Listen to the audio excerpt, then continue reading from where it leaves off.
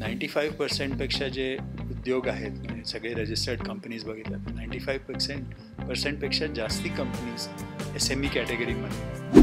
Access to compliance झालं की मग कुठलाही उद्योग असला की मला शॉप ॲक्ट पाहिजे, दुसरं पाहिजे, FSSAI पाहिजे, सगळे सर्टिफिकेट्स लागतात.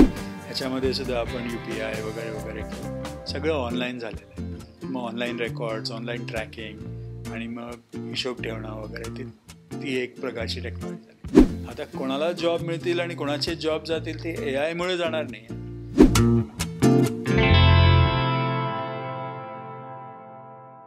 नमस्कार, मी गौरव मुठे लोकसत्ताच्या वतीने तुमचं स्वागत करतो.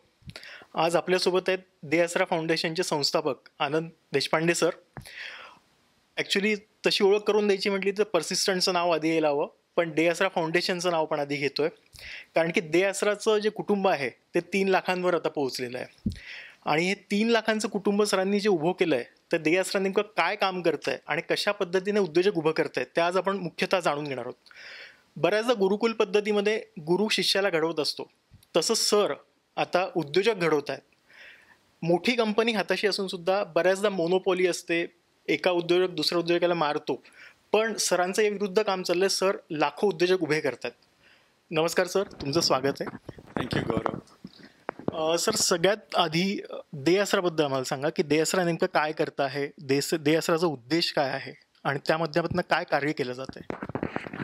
तर दे आसराची स्टोरी अशी सुरू झाली की जेव्हा माझं वय 50च्या वर गेलं तेव्हा असं लक्षात आलं की आपण काहीतरी लर्न, अर्न आणि रिटर्न असा जो भाग असतो की पहिले तुम्ही काही वर्ष शिकत असता, मग तुम्ही नोकरी करता तेव्हा अर्निंग चालू असतं, मग त्याच्यानंतर रिटर्नमध्ये काहीतरी करावं.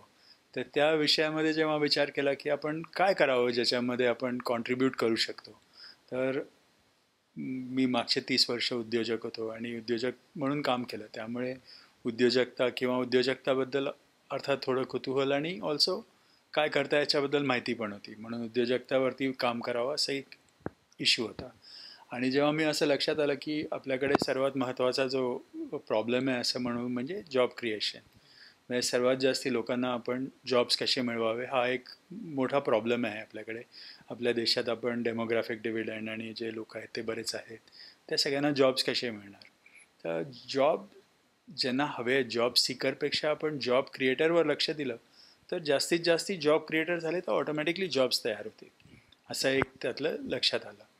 आणि जेव्हा अजून थोडा स्टडी केला तेव्हा असं क्लिअर आहे की आपल्या भारतामध्ये 95% जे उद्योग आहेत, म्हणजे सगळे रजिस्टर्ड कंपनीज बघितल्या तर 95% जास्ती कंपनीज SME कॅटेगरीमध्ये आहेत.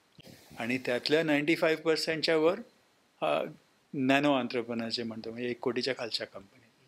आपल्या देशामध्ये अशी खूप छोटी छोटी उद्योग खूप जास्ती आहेत आणि त्यांना जर आपण सपोर्ट केलं आणि सक्सेसफुल केलं, जो एक माणूस एम्प्लॉय करतो त्याला जर असं कॉन्फिडन्स मिळाला की माझं चांगलं चालतं, तर मग 1चे 5, 5चे 10 असे करून वाढवणं शक्य होतं. तर या छोट्या उद्योजकांचे काय प्रॉब्लेम्स आहेत ते थोडे स्टडी करून आम्ही मागच्या 10 वर्षामध्ये एक प्लॅटफॉर्म तयार केला आहे.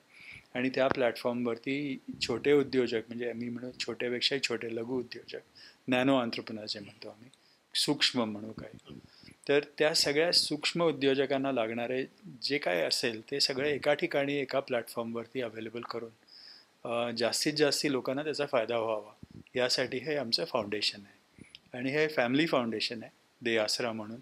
घरची सगळे लोकांची त्याच्यात कॉन्ट्रीब्युशन आहे आणि आमच्याकडे एक 40 लोकांची टीम आहे. त्याच्यामध्ये आम्ही बरेचसे यांना छोट्या उद्योजकांना लागणाऱ्या ज्या काही गोष्टी आहेत त्या तयार करून प्लॅटफॉर्मवरती अवेलेबल करतो. सर बिझनेस म्हणजे नेमकं काय, म्हणजे तो कसा पद्धतीने उभा करायचा असतो आणि त्यामध्ये इनोव्हेशनचं कितपत महत्त्व असतं. काय ना, बिझनेस असा आहे की एका दृष्टीने उद्योजक सगळेच असतात आणि छोटे उद्योजकपासून सर्वांनी वेगळे वेगळे करून शेवटी कसं आहे की स्वतःच्या सेल्फ एम्प्लॉईड जे म्हणतो तिथून उद्योजकता सुरू होते की कुठल्या तरी करून नुसतं जॉब करण्यापेक्षा जिथे कोणीतरी दुसरं तुम्हाला नोकर आहे आणि तुम्ही त्यांच्याकरता काम करताय त्यापेक्षा स्वतःकरता काम कसं करावं हा एक उद्योजकतेचा महत्त्वाचा टप्पा आहे. आणि सर्व प्रकारचे उद्योजक आहेत आपल्याकडे. प्रत्येकजण एका दृष्टीने उद्योजकच असतो. आणि आपण जर पुढे बघितलं तर आता गिग वर्कर्स वगैरे असे जे होणार आहेत, म्हणजे जो झोमॅटो स्विगीवरती पण आहे स्वतःचं गिग करतो, तो सुद्धा एका दृष्टीने स्वतःचा उद्योजकच आहे. पण आमच्याकडे दे आसरामध्ये आमचा फोकस मेनली कसा आहे की सेल्फ एम्प्लॉयमेंट प्लस प्लस, म्हणजे स्वतःचे उद्योग सुरू केला, पण त्याच्यानंतर मी बाकी कसे अजून लोक हायर करून मग मोठा उद्योग करायला, एकाचे 5, 5चे 10 असे करता येईल, त्याच्यासाठी आम्ही जास्तीत जास्त फोकस करतो. सर, यामध्ये दे आसरा नेमकं कशा पद्धतीने काम करतं, म्हणजे की लोक तुमच्याकडे कशा पद्धतीने तुमच्याशी जोडले जातात आणि त्यांना कुठल्या कुठल्या टप्प्यावरती काय काय मदत केली जाते? तर एक आम्हाला असं लक्षात आलं की छोटे जे उद्योजक असतात त्यांना access to bunch of things हा मेन प्रॉब्लेम आहे. Access to for example funding किंवा लोन, लोकांना पैसे लागतात, क्रेडिट लागतं, कसे मिळवायचे ते माहीत नसतं. त्याशिवाय ॲक्सेस टू मार्केट, म्हणजे माझ्याकडे कुठला तरी प्रॉडक्ट आहे किंवा काही करतो, त्याला मला सर्व्हिस जरी असली तरी मला मार्केट असणं आवश्यक आहे. तो मार्केट मी कसा ॲक्सेस करायचा, मला कस्टमर कुठनं मिळणार, मग त्याच्यासाठी मी काय करायला पाहिजे, हा एक दुसरा भाग झाला. ॲक्सेस टू कंप्लायन्स झालं की मग कुठलाही उद्योग असला की मला शॉप ॲक्ट पाहिजे, हे ॲक्ट पाहिजे, दुसरं पाहिजे, FSSAI पाहिजे, सगळे सर्टिफिकेट्स लागतात. त्यानंतर ॲक्सेस टू टेक्नॉलॉजी झालं की आता मी पुढचं काम करणार आहे, त्याला मला लागणारी टेक्नॉलॉजी ती कशी काय असायला पाहिजे. आणि मग फायनली मी जर अजून लोकांना हायर करणं असेल तर माझी टीम वगैरे बनवायला, तर ॲक्सेस टू टीम मेंबर्स, ह्या ज्या 5-6 मेन थीम्स असतात त्या प्रत्येक उद्योगाला कुठनं तरी त्याच्यात करावं लागतं काम. तर समजा मी छोटा उद्योजक आहे आणि मला कुठेही प्रॉब्लेम असला, मला ॲक्सेस टू क्रेडिट आहे, क्रेडिट मला नाही मिळत आहे किंवा कसं मिळायचं माहीत नाही, तर मग आमच्याकडे जर ते आले तर आम्ही त्यांना स्कीम्स कुठल्या असू शकतात किंवा बँकेकडनं लोन घ्यायचं असेल तर कशा प्रकारचं पत्र तयार करावं लागतं, कुठले फॉर्म भरावे लागतात किंवा दुसरे कुठल्या स्कीम्स असतात. आता आपण अकाउंट ॲग्रिगेटर म्हणतो आहे, ONDC म्हणतो आहे, असे सगळे नवीन स्कीम्स आले आहेत, तर त्याच्या थ्रू कसं काय मला बँक लोन मिळू शकेल, किंवा मला जर ऑनलाईन जायचं असेल तर मी फेसबुकवरनं कसं मार्केटिंग करू शकेन, किंवा मग असे जे छोटे छोटे प्रोसेसेस असतात तशी आम्ही जवळपास 70 ते 75 वेगळे प्रोसेसेस आयडेंटिफाय केले आहेत आणि प्रत्येक प्रोसेसबद्दल आमच्याकडे डिटेल्ड इन्फॉर्मेशन, तुम्हाला काही हवं असेल तर तुम्हाला मिळेल. तर आमच्याकडे कसं होतं की छोटे उद्योजक जेव्हा उद्योग करत असतात ते त्यांचं काम चालू असतं, पण केव्हाही पण त्यांना असं लक्षात येतं की अरे मला मार्केटिंग थोडं वाढवायला पाहिजे किंवा मला लोन्स पाहिजेत, अशा ज्या गोष्टी लागतात तेव्हा ते आमच्याकडे येतात आणि मग आमच्याकडे त्यांना आम्ही ऑनलाईन जे काय हवं ते देतो. आणि जर त्यांना अजून प्रश्न असतील तर मग आमच्याकडे एक टीम आहे, ती त्यांना प्रश्नाची उत्तरं व्हॉट्सॲप किंवा फोनवरती, आणि मग एक एक्सपर्ट नेटवर्क तयार केलेलं आहे की जर तुम्हाला खूपच म्हणजे मोठा उद्योग किंवा कुठला प्रॉब्लेम असेल तर जे तज्ज्ञ लोक त्या फील्डमधले आहेत त्यांच्याशी आमची पार्टनरशिप आहे, मग ते लोक काय ॲडवाईस असेल तर ते पण देऊ शकतात. तर छोट्या उद्योजकांना कुठे प्रॉब्लेम आले तर त्यांनी काय करावं याच्यावरती दे आसराचा मेन फोकस आहे. सर, टेक्नॉलॉजीचा विषय आपण म्हणालात, तर नेमकं उद्योगामध्ये टेक्नॉलॉजी किती महत्त्वाचा रोल निभावते? आणि एखाद्याला जर एखाद्या टेक्नॉलॉजी माहिती नाही आहे पण त्याला बिझनेस माहिती आहे, तर त्यामध्ये दे आसरा कशी मदत करते त्यांना? टेक्नॉलॉजी आजकाल कसं झालं आहे, प्रत्येक गोष्टीमध्ये टेक्नॉलॉजी कुठून तरी कनेक्टेड झालेली आहे. आणि तुमचा कुठला उद्योग आहे त्याच्यावरती अर्थात टेक्नॉलॉजी काय असेल, कुठल्या प्रकारची टेक्नॉलॉजी तुम्हाला लागेल ते फरक होऊ शकतो. पण आता सिम्प्लिस्टिकली म्हटलं आपण तर आता फायनान्स किंवा बँकिंग ह्याच्यामध्ये सुद्धा आपण UPI वगैरे वगैरे घेऊन सगळं ऑनलाईन झालेलं आहे. मग ऑनलाईन रेकॉर्ड्स, ऑनलाईन ट्रॅकिंग आणि मग हिशोब ठेवणं वगैरे ती एक प्रकारची टेक्नॉलॉजी झाली. आता मार्केटिंगमध्ये गेलं तर सगळे मार्केटिंग बरेचसे लोक फेसबुक किंवा इंस्टाग्राम किंवा अशा याच्यावर थ्रू मार्केटिंग करतात. मग त्याच्यासाठी पण तुम्हाला टेक्नॉलॉजी वापरून काय करता येईल त्याच्याबद्दल पण विचार करता येईल. आता नवीन AIचे टूल्स पण खूप सगळे आलेले आहेत. म्हणजे आता समजा मला मार्केटिंग कोलॅटरल तयार करायचं आहे किंवा मला नवीन लोगो करून हवा आहे, नवीन ब्रोशर करून हवं आहे किंवा मला काही लिहिलेलं आहे ते ट्रान्सलेट करून हवं आहे, तर आता AI वापरून सुद्धा तुम्ही या गोष्टी करू शकता. तर कसं आहे, तर प्रत्येक उद्योजकाला प्रत्येक गोष्ट फिगर आउट करणं बऱ्यापैकी त्रासदायक होऊ शकते.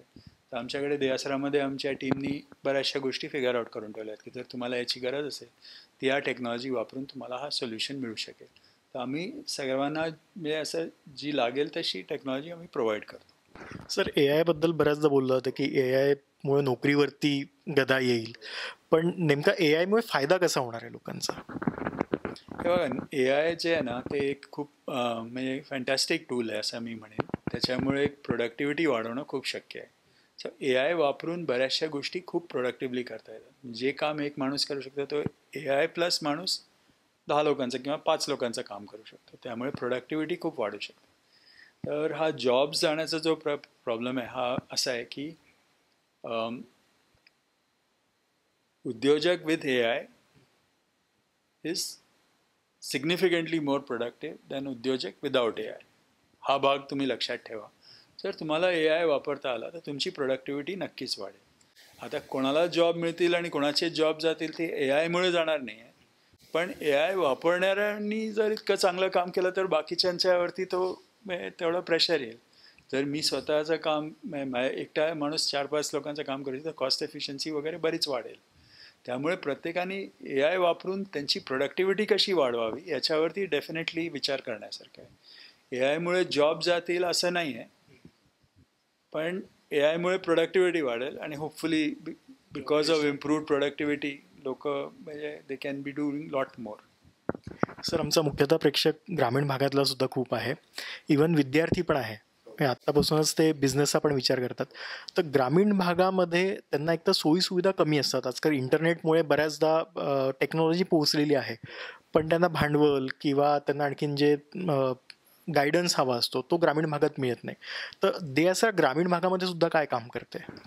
आतापर्यंत आमचं मेन फोकस अर्बन होता आतापर्यंत, पण आता काय केलेलं आहे, आम्ही मोस्टली आमचा सगळा प्लॅटफॉर्म ऑनलाईन आहे आणि आता ऑनलाईन सगळीकडे इन्क्लुडिंग ग्रामीण भागांमध्ये पण आहे. आणि आता गव्हर्नमेंटमध्ये सुद्धा ग्रामीण लोकांसाठी वेगळ्या स्कीम्स तयार झालेल्या आहेत. त्या स्कीम्सची माहिती किंवा तुम्हाला जर ग्रामीण भागामध्ये कुठल्या प्रकारची उद्योजकता करायची आहे तर कशा प्रकारचे लोन मिळू शकते ते सगळं नॉलेज आमच्या प्लॅटफॉर्मवरती अवेलेबल आहे. त्याशिवाय आम्ही आत्ता मागच्या 2 वर्षामध्ये एक मेन चेंज असा केला की आत्तापर्यंत आम्ही सगळी सर्व्हिसेस स्वतः ऑफर करत होतो, पण त्याच्यात लिमिटेशन येतात की तुम्ही स्वतः किती गोष्टी करू शकता. तर म्हणून आम्ही आता बऱ्याचशे पार्टनर्सबरोबर काम करायला सुरुवात केली. सो फॉर एक्झाम्पल आमच्याकडे स्वावलंबी भारत अभियान म्हणून एक म्हणजे बऱ्यापैकी मोठा प्रकल्प चालू आहे. तर त्या प्रकल्पामध्ये आम्ही त्यांच्याबरोबर नॉलेज पार्टनर म्हणून असोसिएटेड आहोत. तर त्यांची सेंटर्स ग्रामीण भागामध्ये त्या लोकांनी उद्योजक केंद्र असं म्हणतात त्यांनी सगळ्या ठिकाणी केलेले आहे.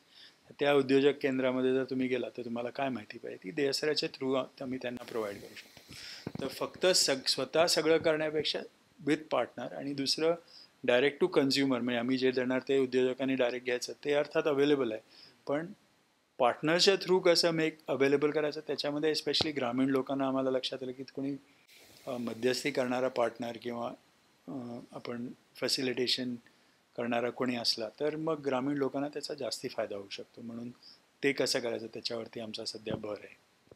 सर, अशी काही उदाहरणं सांगता येतील की म्हणजे DSRच्या माध्यमातून जी लोक पुढे त्यांनी उद्योग मोठा केला, अशी काही उदाहरणं आहेत आत्ता आपल्याकडे? नाही, उदाहरणं खूप आहेत. आमच्या वेबसाईटवरती जर तुम्ही गेलात तर रोज येतात आणि यशस्वी उद्योजकवरती पण आम्ही बरेच लोकांना ट्रॅक करतो. पण कसं आहे,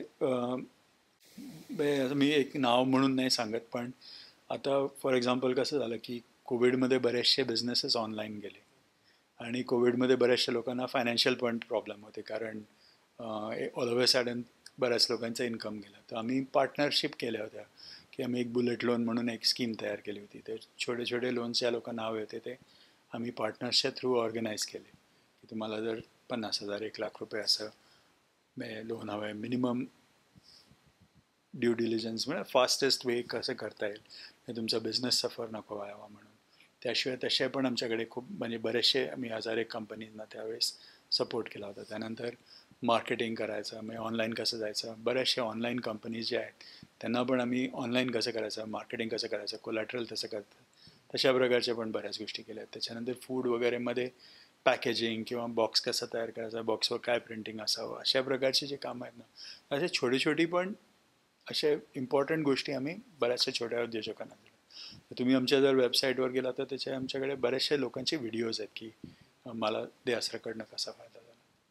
सर, आपल्याकडे अजून एक दिसून येतं की शाळेमध्ये बऱ्याचदा किंवा घरून पण सांगितलं जातं की खूप शिक, नोकरी कर, खूप छान, मोठ्या ठिकाणी जॉब कर, असं सांगितलं जातं बऱ्याचदा. तर या व्यवस्थेला आपल्याला कसा छेद देता येईल आणि याबद्दल तुमचं मत काय आहे? हो, म्हणजे सर, मला याच्यात सांगायचं की घरून असं आत्ता सांगायला सुरुवात केली पाहिजे की नाही तू बिझनेसच कर, तसा पद्धतीने सपोर्ट व्हायला पाहिजे का, किंवा काय कशा पद्धतीने हे आपल्याला चित्र बदलतं आहे? नाही, आता मागच्या मी आता DSR सुरू होऊन आम्हाला झाले 12-13 वर्षापासून हे कॉन्सेप्ट चालू आहे. 11 वर्ष झाले कंपनी चालू आहे आणि एवढ्यामध्ये मी खूप फरक बघितलेला आहे. पूर्वी खूपच जास्ती असं होतं की उद्योगधंदा म्हणजे कशाला पडतो असं वगैरे जनरली घरातून खूपच रेझिस्टन्स होता. आणि विद्यार्थ्यांना जर तुम्ही कुठे कॉलेजमध्ये गेला तर सगळे लोक जॉब शोधायचे, कोणीच स्वतः काय करायचं असं काही नव्हतं. पण मागच्या 6-7 वर्षामध्ये हे स्टार्टअप इंडिया हे सगळ्यामुळे ना स्टार्टअप्स करा ह्याच्यामध्ये एक ऑल ऑफ अ सडन एक स्फूर्ती तयार झालेली आहे. त्यामुळे आता मी जर म्हटलं की मी माझ्या कोणी मुलांनी म्हटलं की मग उद्योजक व्हायचं तर थोडा रेझिस्टन्स कमी झालेला आहे. पण याशिवाय कसं आहे की आपल्याला उद्योजक सक्सेसफुल होतात आणि मोस्ट सक्सेसफुल होतात या सगळ्यांचं जरा एक्झाम्पल्स किंवा असे सगळे जे आहेत ते आम्ही यशस्वी उद्योजकते थ्रू लोकांना दाखवतो की तुम्ही कुठला उद्योग सक्सेसफुल होऊ शकतो. आणि मी एक सांगायचा प्रयत्न करतो सगळ्यांना की एंटरप्रेन्योर हा म्हणजे रिस्क घेतो असं नाही आहे, तो रिस्क मॅनेज करतो. म्हणजे जेव्हा तुम्ही उद्योजक होता तुम्ही असं रँडम रिस्क घेता असं नाही आहे. तुमची उद्योजकताचं हेच काम असतं की काय रिस्क असू शकतात आणि त्या रिस्क कशा मिटिगेट करायच्या. म्हणजे प्रत्येक उद्योजक रिस्क घेतो असं नाही, तो रिस्क मॅनेज करतो. रिस्क कुठले असतात त्याचा विचार करून ठरवतो की बा या रिस्क आहेत त्या मी कशा मॅनेज करणार आणि त्या रिस्क कशा अवॉइड करणार. तर त्यामुळे उद्योजक झाला म्हणून तो रिस्क जाणं हे फेलच होणार आहे असं नाही आहे. पण उद्योजकतामध्ये प्लॅनिंग असतं, कसं प्लॅन करायचं, कुठला उद्योग सुरू करायचा, मग कुठल्या मार्केटला डिमांड आहे, ह्या ज्या सगळ्या गोष्टी असतात त्यासुद्धा आम्ही देआसराच्या प्लॅटफॉर्मवरती लोकांना समजावून सांगतो की तुम्हाला जर उद्योजक व्हायचं असेल तर रिस्क फ्री उद्योग, म्हणजे असं नाही म्हणा रिस्क झिरो असते, पण रिड्यूस्ड रिस्कमध्ये आपण कसं काय या सगळ्या गोष्टी करू शकतो. सर बऱ्याचदा असं बोललं जातं की तुम्हाला बिझनेस तुम्ही सुरू केला तर 1000 दिवस त्याच्यामध्ये टिकून राहिले पाहिजे वगैरे. मी असं बऱ्याचदा आपण डोळ्यामानाने सांगितलं होतं. तर याबद्दल काय सांगाल की अडीअडचणींना कसं तोंड दिलं पाहिजे त्या काळामध्ये? म्हणजे अडचणी वेगळ्या कुठल्याही असू शकतात, पण त्यावेळी कसं राहिलं पाहिजे, काय डोक्यात विचार केला पाहिजे एक उद्योजक म्हणून? असं ना, प्रत्येक उद्योजकाला सारख्याच नवीन नवीन अडचणी सापडत असतात. पण पहिल्या 1000 दिवसांमध्ये कसं असतं की जेव्हा तुम्हाला इनफ अडचणींना लक्षात येतं तेव्हा तुम्हाला लक्षात आहे की 1000 दिवस जर तुम्ही चाललात तर अजूनही चालाल, म्हणून लोक 1000 म्हणतात. पण हे खरं आहे की पुढचे पहिले 2-3 वर्षांमध्ये लोकांना असं वाटतं की अरे खूपच त्रास आहे, मी सोडून द्यायला पाहिजे, मी पुढे जायला पाहिजे, म्हणून लोक गिवअप करतात. आणि हे कसं आहे की प्रत्येक उद्योजकाला किंवा प्रत्येकाला कुठला कुठला तरी प्रॉब्लेम नक्कीच येत असतो. जे सक्सेसफुल होतात ते प्रॉब्लेम सॉल्व्ह करणारे असतात आणि प्रत्येकाला जो प्रॉब्लेम येतो तो सॉल्व्ह करण्यासारखा असतो, म्हणून तो असतो. मला याच्यामध्ये सर्वात जास्त ॲथलीट्सबद्दल मला खूप उत्सुकता असते आणि असं वाटतं की अरे वा किती अमेझिंग आहे. कुठल्याही जर रेसमध्ये तुम्ही बघितलात, स्प्रिंट म्हणा, आत्ता ऑलिम्पिक्स झालं, स्विमिंग वगैरे कुठल्या याच्यात, तर तुम्ही बघाल की जो जिंकतो आणि दुसरा तिसरा त्याच्यामध्ये खूप कमी फरक असतो. पण कसं असतं की जो दुसरा तिसरा एका रेसमध्ये आला तो पुढच्या वेळेस पण जो परत येतो आणि पुन्हा ट्राय करतो, पुन्हा इम्प्रूव्ह करतो आणि जिंकतो, तेव्हा फायनली जिंकतो. प्रत्येक वेळेस म्हणजे प्रत्येक मॅचमध्ये सगळेच जिंकतात असं नाही. त्यामुळे प्रत्येकाला असे सेटबॅक्स असतातच, पण ज्यांच्याकडे चिकाटी आणि पर्सिस्टन्स असतात ते परत परत येतात आणि तेच सक्सेसफुल होतात. सर सध्या स्टार्टअप खूप आहेत, म्हणजे नोंदणी पण त्यांची शेअर बाजारात होते आहे, फंडिंग मिळवतं आहे. पण SME जे प्लॅटफॉर्म आहे, SME प्लॅटफॉर्म SME इमर्ज आहे नॅशनल स्टॉक एक्सचेंजचा, तर त्यावर जाणं आणि त्यातनं निधी उभा करून बिझनेस करणं याबाबत काय सांगाल तुम्ही? हे आता सध्या नवीन आहे हे सगळं, त्यामुळे अजून लोकांना एवढं त्याच्यातले फायदे झाले नाही आहेत. पण त्याची जी मिशन आहे किंवा आयडिया आहे ती खूपच चांगली आहे. की कसं आहे की सगळ्यांनाच फंडिंग लागतं आणि फंडिंग कुठनं येणार, तर शेअर मार्केट किंवा लोक इंडिव्हिज्युअली पण इन्व्हेस्ट करू शकतात. तर मला जर छोट्या उद्योजकामध्ये इन्व्हेस्ट करायचं असेल तर मी माझा स्वतः करू शकणार नाही. पण मी जर स्टॉक एक्सचेंज किंवा एक्सचेंजच्या थ्रू गेलो तर मी एक्सचेंजमध्ये इन्व्हेस्ट करतो. एक्सचेंज मला थोडंसं प्रोटेक्शन देते की क्वालिटी ऑफ कंपनीज आहे, त्यांचे कंप्लायन्स आहेत, त्यांना लागणारे रिक्वायरमेंट्स आहेत. आणि छोट्या उद्योजकांना पण कळतं की मी जर या सगळ्या मीट केल्या, म्हणजे मी कंप्लायन्सेस केले, मी डॉक्युमेंटेशन केलं, मी काय आहे ते पब्लिश केलं, आणि जर उद्योजक म्हणजे जे इन्व्हेस्टर आहेत त्यांना कळलं की माझा बिझनेस चांगला आहे, तर मग मला त्या हिशोबाने इन्व्हेस्टमेंट किंवा व्हॅल्युएशन मिळू शकतं. तर हा जो कॉन्सेप्ट आहे तो खूपच चांगला आहे. मोठ्या पब्लिक कंपनीमध्ये आपण ह्या बघितलेला आहे, पण छोट्या कंपनीजमध्ये कसं करता यावं म्हणून आपण हा स्टॉक एक्सचेंज सुरू झालेला आहे. तर आय थिंक काही दिवसात हा खूप इम्पॉर्टंट होईल. आता थोडं अजून आपण असं म्हणेन की मी अर्ली स्टेजवरती आहोत. सर देआसराच्या माध्यमातून तुम्ही जसं उद्योजक उभे करतात, पण एक बऱ्याचदा असा बेसिक प्रश्न असतो की माझ्याकडे भांडवल नाही आहे किंवा अगदी कमी भांडवल आहे, तर म्हणजे इन्व्हेस्टमेंट करताना माणूस कसा विचार करतो की 500 रुपयापासून पण इन्व्हेस्टमेंटला सुरुवात करता येते. तर मला बिझनेस उभा करायचा आहे, तर मला किती रुपये माझ्याकडे असले पाहिजे तर मी बिझनेस उभा करू शकतो किंवा एक 10,000 लोकांना 5,000 लोकांना काम देऊ शकेल असं विजन असतं डोक्यामध्ये. पण बिझनेस उभा करायला पैसा कसा प्रकारे करता येतो, किती हवा पैसा? काय आहे ना, प्रत्येक बिझनेसला किती पैसे लागणार ते वेगळं आहे. तो तो जेव्हा तुमच्याकडे कमी पैसे असतात तेव्हा तुम्ही असा छोटा जो सर्व्हिसेस किंवा अशा ज्या प्रकारचा असतो ज्याने कमी भांडवलाचे पण बरीच बिझनेसेस आहेत. तर कुठला बिझनेस कोणी चूज करायचा कुठल्या सिच्युएशनमध्ये त्याच्यात पर्सनल वैयक्तिक माझ्याकडे ॲक्सेस टू फंड्स किती आहे त्याच्यावरती डिपेंड करतं. आणि एकदा कसं असतं बिझनेसमध्ये की तुमच्याकडे थोडंसं सुरू केलं की मग कॅश फ्लो तयार होते. कॅश फ्लो तयार झाले की थोडे रिटेन अर्निंग्स तयार होतात. मग ती पुन्हा आपण बिझनेसमध्ये इन्व्हेस्ट करतो. तसं हे स्टेप बाय स्टेप बिझनेसेस वाढतात. पहिल्या दिवशीपासून जर 10 लाखाचा बिझनेस करणं किंवा 2 लाखाचा बिझनेस करणं ह्याच्यामध्ये प्रत्येक एंटरप्रेन्योरची काय असतील ती ऐपत असते. पण मेन कसं असतं की कंटिन्यूड सक्सेस जे असतं त्याच्यात पुन्हा इन्व्हेस्टमेंट करून जर कंपनी वाढत गेली तर तुम्ही एक एक हळूहळू वाढवू शकता. सर आणखीन एक छोटासा या संबंधित प्रश्न होता की बऱ्याचदा नोकरी करणारा माणूस असतो, त्याला बिझनेस काहीतरी सुरू करायचा असतो, पण सांगितलं जातं की नोकरी सोडा आणि तुम्ही बिझनेस सुरू करा. तर याचा ताळमेळ साधून पण उद्योग उभा करता येतो, म्हणजे काय सांगाल याबद्दल? आय थिंक आपण जे आता चाललो आहे पुढच्या काही दिवसांमध्ये हे नक्कीच शक्य होणार आहे. आणि आपण जे काय म्हणतो की गिग वर्कर आणि अशा प्रकारचे वर्कर्स तयार होणार आहेत. त्याच्यामध्ये प्रत्येक जॉब पण असू शकेल पण काही वेळ नोकरी पण किंवा नवीन उद्योग पण सुरू करू शकतील. आणि एकाच वेळेस 2-3 प्रकारचे उद्योग पण चालू असतील असंही होण्याची शक्यता आहे. पण कसं आहे ना, आता या सगळ्यामध्ये हळूहळू आपले नियम किंवा अशा सगळ्यांमध्ये पण बदल होणं आवश्यक आहे. पण in some way or the other तुम्ही जरी जॉबमध्ये असला तरी जॉबसुद्धा तुम्हाला आपण एंट्राप्रेन्योर म्हणतो किंवा जॉबमधले उद्योजक असतात तशा प्रकारचं उद्योजक त्याची गरज. सर शेवटचा प्रश्न आहे.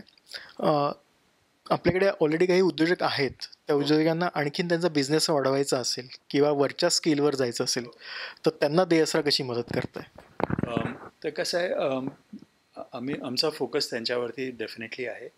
आम्ही फक्त नवीनच नाही पण एक्झिस्टिंग जे काय उद्योजक आहेत त्यांना पण बरीच मदत करतो. आणि त्यांना लागणारं जे काय लागतं म्हणजे ॲक्सेस टू क्रेडिट मार्केट हे सगळं त्याच्यासाठी आमच्याकडे टूल्स आणि सोल्युशन्स तयार आहेत. तर जर तुम्ही आमच्याकडे ऑनलाईन आलात तर www.deasre.in या ती वेबसाईट आहे. तिथे जर आलात तर तुम्हाला थोडे प्रश्न विचारून आम्ही तुमचे काय प्रॉब्लेम्स आहेत त्याच्यावरती थोडंसं हेल्प करतो. आणि जर तुमचा स्पेसिफिक काही इश्यू असेल की मला ऑनलाईन जायचं आहे किंवा मला हे कंप्लायन्ससाठी या डॉक्युमेंट्स पाहिजेत, मग बँकेचं लोन पाहिजे, फॉर्म कसा भरावा, ॲग्रीमेंट्स कशा कराव्या, त्या सगळ्या एका ठिकाणी आम्ही तयार करून ठेवलेल्या आहेत. तर एक्झिस्टिंग बिझनेसेसलासुद्धा आमच्याकडे बऱ्याच फीचर्स अवेलेबल आहेत प्लॅटफॉर्मवरती. धन्यवाद सर, तुम्ही आम्हाला वेळ दिलात, उद्योगाबद्दल माहिती सांगितली, कशाप्रकारे उद्योग उभा करता येईल. तुम्हाला कोणाला जर उद्योग नक्कीच उभा करायचा असेल, नवीन उद्योजक बनायचं असेल तर त्यासाठी तुम्ही देयसरशी संपर्क साधू शकतात. आज आपण इथेच थांबूया. धन्यवाद.